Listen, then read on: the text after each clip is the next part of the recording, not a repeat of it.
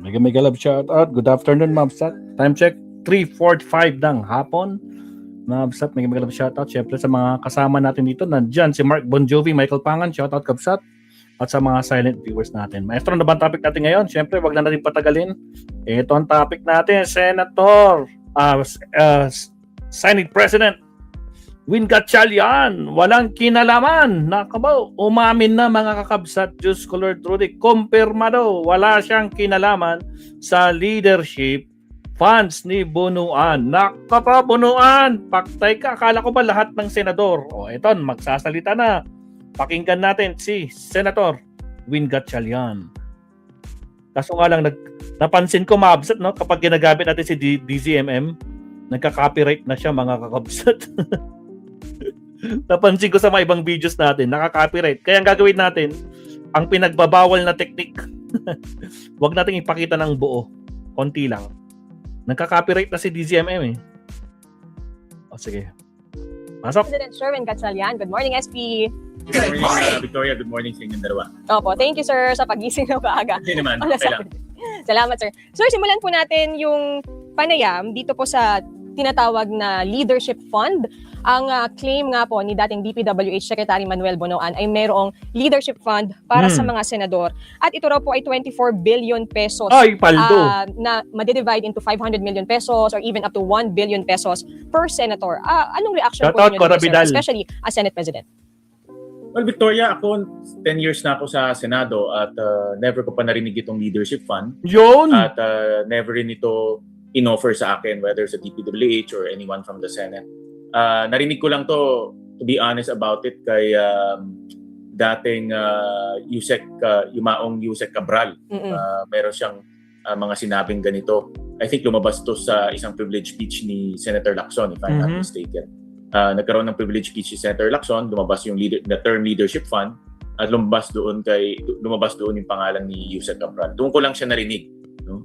I think that was last year. But ako personally, wala akong naririnig na ganyan in my 10 years in the Senate. But having said that, Nice one! nagsalita na yung ating bagong finance chair na hindi niya tatanggapin yung ganyan this coming budget cycle. Last budget cycle, no, ako yung finance chair, wala rin kaming ganyan na arrangement. So lahat ng amendments natin ay pinopropose on the floor Ayos! or pinopropose sa committee at ina-upload natin lahat sa website. In short, malinis ang ating Senate President, mga kapsat. Wala siyang leadership funds na natatanggap. No? Nakausap niyo po ba, sir, si Senator Mig Zubiri at si na di umano ay nakausap ni Bonoan para sa 13.29 billion pesos na leadership fund for 2024 at si Senator Cheese Escudero na di umano rin ay nakausap ni Bonoan for 2025 budgetary allocation naman na leadership fund. Although sabi niyo nga po wala kayong narinig na ganyan, pero kayo po bang tatlo as the two are former Senate presidents, may napag-usapan po kayo? Never namin napag-usapan yan. Hindi ko nga naririnig, to be honest, ngayon ko lang nalalaman yung leadership fund na yan. Never namin napag-usapan yan with the two colleagues of mine. So, ngayon lang narinig ko yung term na yan nung lumalabas na itong flood control, but before that, hindi ko naririnig yan. Opo. Pero could it be, sir, na mayroong allocation for senators pero iba ang tawag? Pwedeng leadership fund yon para sa DPWH pero sa senators, iba po ang tawag. Meron bang allocation, sir, for senators dito po sa national budget? Wala akong alam na may allocation, Victoria, dahil yung mga amendments ay pinopropose namin sa finance chair. So for example, nagkakaroon ng hearing o mayroong mga proposals yung LGUs o proposals yung mga agencies, pinopropose namin lahat yan sa finance chairman. At ako nung chairman ako ng vice chairman ako ng Energy Committee. So ang aking kausap parati mga DOE, ERC at yung mga proposals nila binibigay ko sa finance chairman. Minsan natatanggap, minsan hindi. Depende na sa fiscal space, depende kung may pondo, wala. So, nasa kanyang discretion yan. Kaya sinasabi ko nga, madalas na yung isa sa pinakamahalaga na posisyon ay yung chairman of the finance committee. Position of trust yan eh. Siya lang nakakaalam kung mayroong makukuhaan na pondo, siya lang ang tumatanggap o hindi tumatanggap yung proposal sa mga senators, siya lang rin kaya maghanap ng pondo. Kaya importante, napakahalaga yung chairmanship na yan pagdating sa national budget. Kaya malaking responsibilidad ang hinahawakan ng chairman of the Finance Committee. Opo. So, walang allocation, walang any allocation. Wala, senators? on my part, walang allocation, walang leadership fund, wala kaming pinag-usapan na ganyan. Opo. Yun. So, ang SISTE, sir, nabanggit nyo na rin po, pwedeng lumapit sa inyo ang isang agency para po sa mga projects na ipopropose nila. Pwede rin bang lumapit sa inyo yung mga halimbawa LGU? Yes, mga pwede. LGU? Talagang nung last session nga, 'di ba? Maraming LGU na binanggit. Malalaman mo naman dahil kung in-acknowledge namin yung mga LGUs, ibig sabihin pumupunta sila sa Senado para humingi ng project o mag-submit ng mga project proposals. Yan naman ay pinapayagan. But mas mahigpit na yung ginawa natin last year. Kung merong mga ganyan, dapat merong mga provincial resolution, city resolution, or municipal resolutions. May program of work. Hinihingan rin ng, as much as possible, hinihingan rin ng RDC at ng feasibility study. So kahit mag-propose sila, hindi rin lahat yan ay natatanggap ng finance share. No? Lalo na last year dahil talagang napakahigpit at marami kaming hindi na For 4 out of 5 Pinoys, ito ang pinaka-pinipili or pinakamalaki, pinakamasarap, Chickajoy! Mahaba yung Looking for great harang. hotel prices? Sa mga Plan bagong your pasok, huwag perfect kalimutan stay mag-like at with Agoda. subscribe. Cozy natanggap. Opo. Ano sa tingin nyo, sir, ang goal ni Ginoong Bonoan, ni former Secretary Bonoan, sa pagsasabi ng leadership fund na ito na parang ang lumalabas since 2023 pa or 2024? Well, base sa kanyang pag-uusap, parang it was a conversation between him and the president. So, sinasabi niya para hindi, I think the context doon parang meron silang conversation with the president. So, hindi ko alam po ano yung goal ni Secretary Bonoan. Ano ba ang goal ni Bonoan? Meron ba talagang ganyan? O yan ba ay ilan lang ang nakakaalam? O yan ba ay parte yan ng kanyang legal strategy? Hindi klaro sa akin. Pero as Senate President, sir, ano ang masasabi nyo na nadadrag na naman ang Senado sa ganitong usapin ng insertions, amendments? So we have to take note, no? At tutuwa nga ako dahil si Senator JV ay kaagad nag-responded, sabi niya hindi niya papayagan. So we have to take note yung mga ganyan. Ang hindi kasi maganda sa mga ganyan, kung meron ng let's say pre-arrange na mga pondo, baka rin may pre-arrange na usapan sa mga contractors. Ang nagiging problema kasi yung pre-arrange na usapan sa contractors kasi may pondo na Alam mo, may pondo na. So ikaw ngayon ay may kapangyarihan over that fund.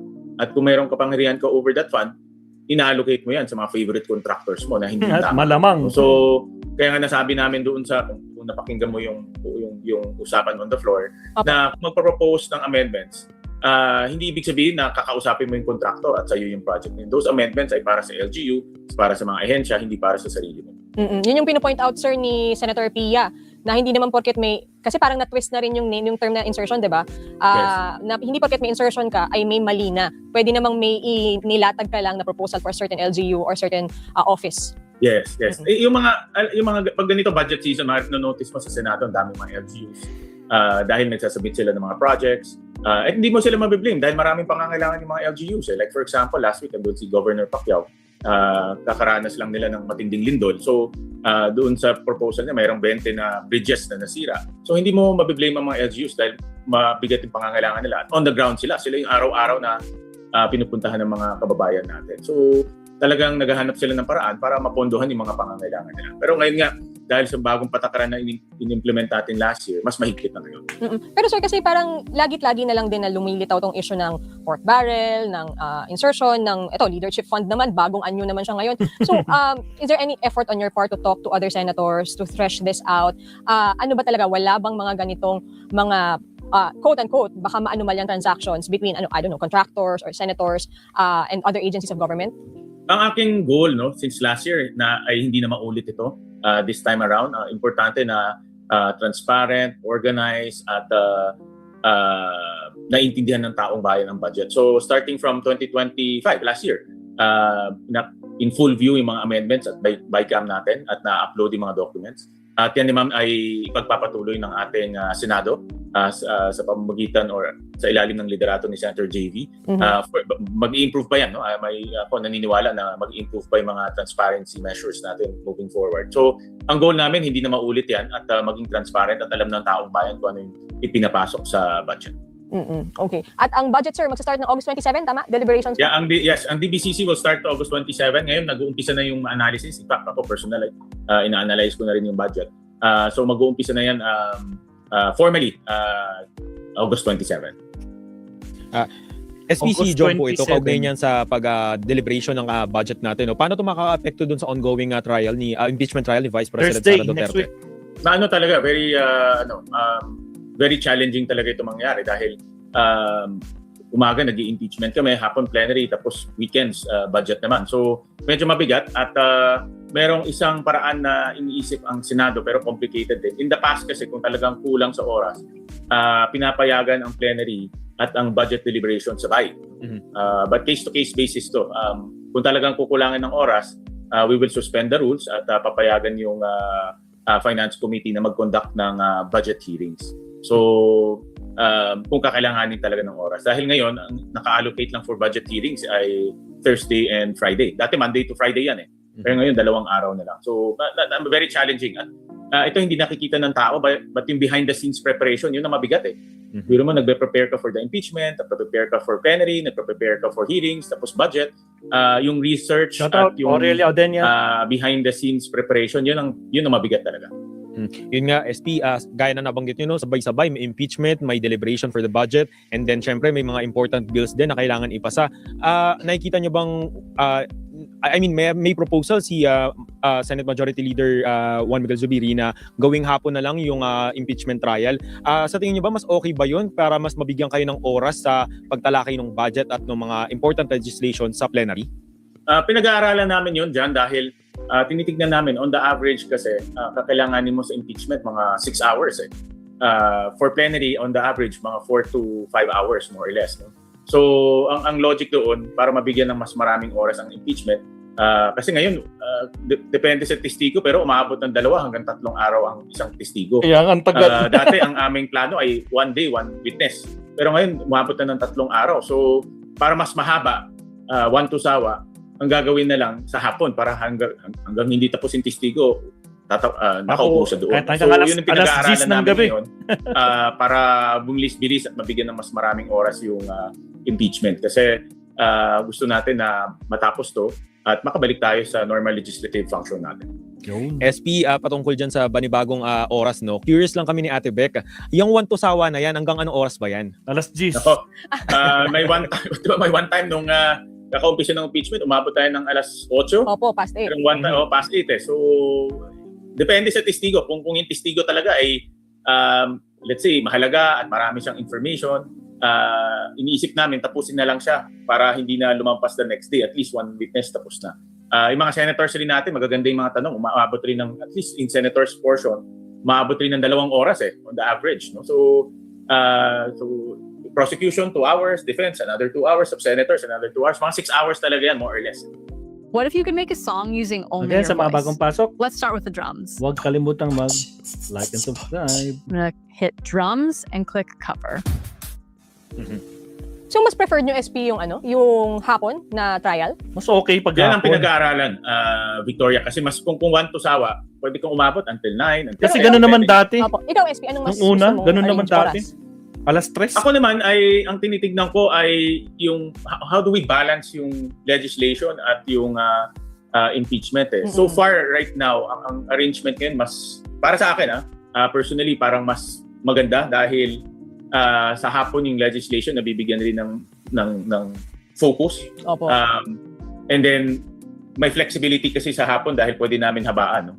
But admittedly, itong arrangement na ito pinag-aaralan ngayon dahil depende sa sino magiging testigo at ano yung mga sasabihin nila.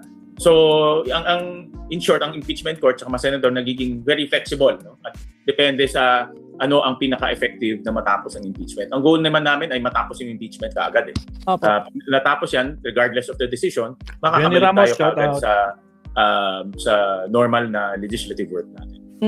At speaking of impeachment din, SP, sa Monday, inaabangan po natin yung decision ni Presiding Officer Escudero on the sub judice issue, kung meron nga bang lumabag dyan. Kanina po nakausap namin si Prosecutor Joel Chua. Sabi po niya sana ay mabigyan sila ng leeway, ng flexibility, at wag sana silang i-censor o i-gag order. Ano lang po ang masasabi niyo doon, SP? Well, very strict ang ating rules, no, na hindi sila pwedeng magsalita tungkol sa kaso sa labas ng sa labas ng korte. Basta sa merit. Very strict. In fact, ang mga senators, bawal din. So, bawal ang prosecution, bawal ang defense, bawal ang mga senator judges na magsalita tungkol sa kaso. Yan ang ibig sabihin ng sub judice, na hindi mo pwedeng pag-usapan ng kaso. At yan naman ang aming sinasabi sa prosecution and defense, na mag-ingat sila at huwag masyadong trigger happy pag nagsasalita, no? Dahil alam ko very alluring yung nakakaakit yung camera, eh. Pag may camera doon, dire-diretso sila magsalita. Pero nangyari ay Yun lang. napag-uusapan nila yung kaso at hindi nga tama yun, at labag yun sa ating rules. At Oo. pangalawa, isa rin sa mga observation ko, no, pagdating sa trial, ay maraming mga side comments. Yun din ay isa sa mga bagay na dapat iwasan ng prosecution and defense. Stick to the issues, stick to the trial. Wag na inside comments, kasi theatrics yan, eh. Parang pangpatawa, pang entertainment. Hindi naman to entertainment. Trial to ng isang seryosong kaso. In entertainment, dapat wag na natin isali yan sa trial. So yun rin isang bagay na siseryosohin o sinuseryoso ng impeachment court. Pero is it censorship, sir? Would you call it a censorship? Hindi naman namin hindi pa no, tinatawag na censorship right now. No, kaya ang pakiusap ng korte ay maging professional sa kanilang conduct in the court and outside of the court. Ang hiling din ng prosecution SP is maging, yun nga po, i-apply ito sa defense, sa prosecution, sa senator judges, and maging kay Vice President Sara Duterte. Kasi si VP, sinabi niya na she doesn't think na kailangan guluhin ng impeachment dahil klaro na may bending the law sa impeachment from the House of Representatives hanggang sa pagkakaroon ng, ito po yung words niya, 2 tao na nakaupo doon sa, ano ba tawag dyan, stage or rostrum. So that is pertaining to you and Presiding Cheese. Officer Escudero. Dalawa kayo ni So Cheese. should the sub judice rule also apply to VP Sara? And do you think may Dapat violation lang. po siya nung sinabi niya yung bending the law na comment? Hindi ko pa exactly nababasa yung kanyang statement, kaya mahirap mag-comment directly. But in principle, iwasan natin na pag-usapan yung kaso. At iwasan din natin na lagyan ng kulay yung trial, dahil bibigyan naman ng oportunidad lahat na magpresenta ng kanilang argumento for and against the case. So, iwasan ng mga parties. Kasama na dyan yung respondent herself na nalagyan ng kulay yung trial, dahil yung trial naman ay bibigyan ng oportunidad ang lahat. So doon na lang natin pag-usapan kung ikaw ba ay walang ginawang masama o meron. Doon na lang natin ipakita yung ebidensya o wala. So may oportunidad para sa lahat. Hindi na dapat lagyan pa ng kulay kung ano yung takbo ng trial, kung ano yung nangyari sa loob ng trial. At ganun rin, dadagdagan ko, bawal, hindi dapat pag-usapan yung merito ng kaso, dahil magkakaroon ng influence yan sa mga nakikinig, sa taong bayan, lalo na sa mga hahatol ng kaso. Opo, hindi ka naman na-offend SP doon sa sinabi ni VP Sara na may bending the law hanggang doon nga sa 2 taong nakaupo. Tignan ko muna, Victoria, yung exact comment. No? Mahirap mag-komento kung hindi natin nababasa at yung nakikita yung konteksto. Babasahin ko after nito. Hindi ko siya nakikita. Okay. Medyo busy tayo. Last week pa yan eh. Last week pa ba? And then, SP, isa pa Last sa mga pinag-uusapan, no, nagbabalik itong line item, itong flood control project sa pinapanukalang budget para sa susunod na taon. SP, may mga agam-agam pa rin yung publiko dito, no, dahil noong nakaraang, itong kasalukuyang budget na to, walang flood control, pero ngayon ibinabalik, parang medyo, may agam-agam yung publiko dahil noong nakaraang mga taon nga ay mainit ang usapan hanggang ngayon patungkol dyan sa mga flood control projects. New Crema Prima Salted Caramel. Pure Nakakagutom ice naman cream to. indulgence. Listen up. This is the last time you will ever waste money. again, sa mga bagong pasok, huwag kalimutang mag-like and subscribe. Sa amin sa publiko, May agam-agam yung publiko dahil noong nakaraang mga taon nga ay mainit ang usapan hanggang ngayon patungkol dyan sa mga flood control projects. Diyan, ito naman ang assurance namin sa publiko na hindi kami papayag na magkakaroon ng mga items sa flood control at sa DPWH items na hindi klaro. Actually, nag-review na kami initially sa DPWH items. At in fairness, maraming mga items doon ay meron ng mga technical description, meron ng mga coordinates, meron ng mga line items, pero meron mga items na kulang pa rin at walang mga technical descriptions. Yun naman ay aming dinireview ngayon one by one. Ang line items ng DPWH, libo yan eh. Actually, isang librong makapal yan. Actually, 400 pages. Kaya iniisa-isa namin yan para makita natin kung meron pang mga items doon na hindi klaro at walang technical description. Ganun din sa flood control. Dati kasi ang flood control, sabihin mo lang, dike along ganitong river. no? Pero hindi mo naman alam saan kakabit, hindi mo alam gaano kahaba. So yan ay iisa-isahin namin ulit para makita natin kung may technical description o wala. Pag wala, tatanggalin namin yan sa budget. Noon, dapat lang. Sir, 16.17% no ng 644 billion pesos na ina-allocate sa DPWH ay nakalaan dyan sa flood control projects. Siguro may mga nabanggit na kayong kumbaga safeguards para nga maiwasan yung mga nangyaring ghost flood control projects substandard. Pero baka lang gusto nyo pang madagdagan, ano ba yung mga ways ng Senado para matiyak na yung inilaang pondo para dyan ay mapapatupad talaga dyan sa flood control project. And by the way, Sir Jom po. Jom, Yes, sir. Jom, tatlo ang magre-review ngayon ng budget ng DPWH at budget ng lahat. No? Una, DPWH itself. So sa ilalim ng liderato ni Secretary Vince Dizon, itong budget na ito ay marireview ng mabuti ng bagong kalihim. No? Last year kasi hindi si Secretary Dizon gumawa ng budget, ngayon siya mismo. So at may assurance kami from him na magiging maayos yung submission this year. No? Although may nakita nga kami na konting hindi klaro, so kaklaruhin na lang yan pagdating ng budget process. Pangalawa sa DBM. No, nag-usap kami ng bagong kalihim ng DBM. Ganun din sinabi namin, huwag kayong magsasubmit dito ng budget na walang detalye dahil parang basura yung sinasabit nyo sa amin. So, nag-agree naman siya na hindi na nila gagawin yung katulad dati. Dati kasi kung anong sinabit nila, bibigay lang sa amin. Opo. Ngayon, i-review na rin nila mabuti one by one. At pangatlo, Senado itself, no, i-review rin namin to one by one. At marami ng mga senador ang nagre-review ng budget. Nabasa ko yung post ni Senator Lacson, nag-uumpisa na siya. Isa siya sa pinaka, alam naman natin, eksperto pagdating sa budget review. Kami rin nag-uumpisa na. So ito yung third filter para masigurado natin na yung budget na lalabas ay hindi pwedeng maabuso. No? At meron na tayong mga nakalatag na mga sistema dyan nung ginawa natin last year. I-implement natin ulit this year. Ako, napaka-productive po ng ating umaga with SP. Ang dami nating natalakay at busier days ahead for the Senate. Oo nga, masyadong busy next few days, lalo na budget season na. Pero kakayanin yan. Oo nga. Naku, tatanungin ko sana Naku, paano ng budget like ni Sir, na. pero sa Monday na. Nag-aabang yung Thank you po, SP. OVP. Thank you, Victoria. John, maraming salamat. Thank you so much po. Good morning. Alright, so napaamin itong si Senate President, mga kabsat, no? Nakto po, mabsat. Wala siyang alam. Unang narinig lang niya yan nung kay Senator Ping Lacson tsaka kay Cabral. Diba? Pero wala nang ibang chance na. Tsaka hindi siya nagkaroon ng natawag na leadership funds. Kaya, nako po, palyado pa din yung mga no? Sino yung mga binanggit na may leadership funds dyan na sinabi ni Punuan? Halos mga minorities. Diyos ko po, Rudy. But anyway, mabsat, no? So, yan ang update sa ating Senate President. Countdown tayo sa ating next topic at shoutout sa mga bagong pasok. Andyan na si Caroline, shoutout. Caroline Makino, shoutout. Kay Jenny Ramos, Mark Bon Jovi, Aurelia Odenya, Mark Bon Jovi, and Cora Vidal. At siyempre sa mga silent viewers natin, shoutout po sa inyo. Countdown tayo sa next topic natin. Here we go! Ano na yan?